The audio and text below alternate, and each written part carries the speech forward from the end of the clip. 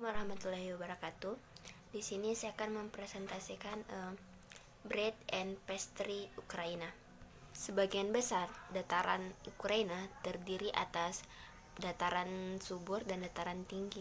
Pegunungan hanya ditemukan di barat dan selatan ekstrim di semenanjung Crimea. Iklim di daerah ini adalah subtropis. Musim panas terjadi pada bulan Juni sampai Januari. Ukraina Utara dan Ukraina Barat rata-rata 27 inci curah hujan setahun. Iklim sedang saat ini cocok untuk menanam tanaman. Faktanya, 57% tanah subur di Ukraina. Dan selatan Ukraina, tepatnya Steva, memiliki apa yang dianggap tanah paling subur di dunia. Utama mereka disajikan pada sore hari. Makanan ketiga berlangsung pada pukul 6 atau 7 malam. Biasanya merupakan saat ketika semua anggota keluarga berkumpul. Biasanya orang-orang Ukraina akan makan di restoran. Makan di restoran dianggap sebagai sebuah kemewahan dan biasanya tidak terlalu sering dilakukan oleh orang-orang Ukraina. Makan dengan garpu di tangan kiri dan pisau di tangan kanan. Dianggap tidak sopan apabila menyimpan tangan di bawah meja pada saat makan malam atau melipat siku di atas meja. Orang Ukraina terbiasa memakan semua makanan yang telah disajikan. Selama berabad-abad, Ukraina disebut sebagai keranjang roti Rusia. Mengapa disebut bumi hitam? Karena sebagian besar hasil pertanian Ukraina adalah lada hitam. Mengapa disebut sebagai keranjang roti Rusia? Karena menghasilkan biji-biji yang diperlukan oleh Rusia selama berabad-abad, yang diperlukan kekaisaran terserah di Rusia. Bentuk penghormatan, orang Ukraina biasa menyediakan roti yang ditaburi garam di atasnya. Roti dan garam disebut sebagai bahan yang diperlukan sebagai alat bahan kesehatan. Roti dianggap sebagai lambang mewakili keramahan dan garam mewakili lambang persahabatan. Tradisi ini dilakukan sejak berabad tahun yang lalu. Bentuk penghormatan, orang Ukraina biasa menyediakan roti yang ditaburi garam di atasnya. Roti dan garam disebut sebagai bahan yang diperlukan sebagai alat bahan kesehatan. Roti dianggap sebagai lambang mewakili keramahan dan garam mewakili lambang persahabatan.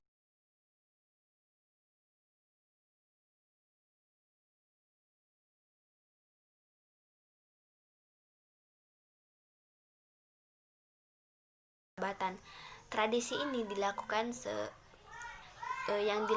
sejak berabad tahun yang lalu.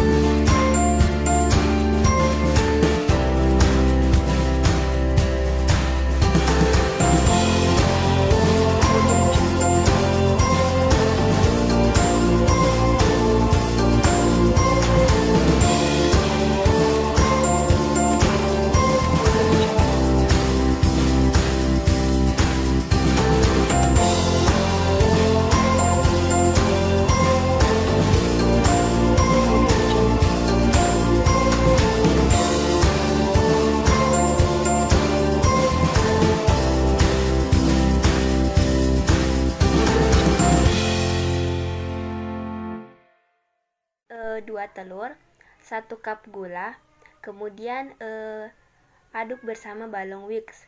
Kemudian tambahkan 250 gram butter, 1 sendok baking soda, dan 3 cup tepung. Simpan adonan ke dalam piping bag, kemudian taruh ke dalam cetakan. Tutup cetakan. Setelah itu, keluarkan kue yang sudah jadi ke dalam wadah. Kemudian sisa-sisa kue yang berantakan kemudian digunting. Setelah itu, sisa kue yang berantakan tersebut kemudian dihaluskan. Untuk isiannya, panggang kacang hazelnut selama 25 menit di suhu derajat 350 derajat Fahrenheit.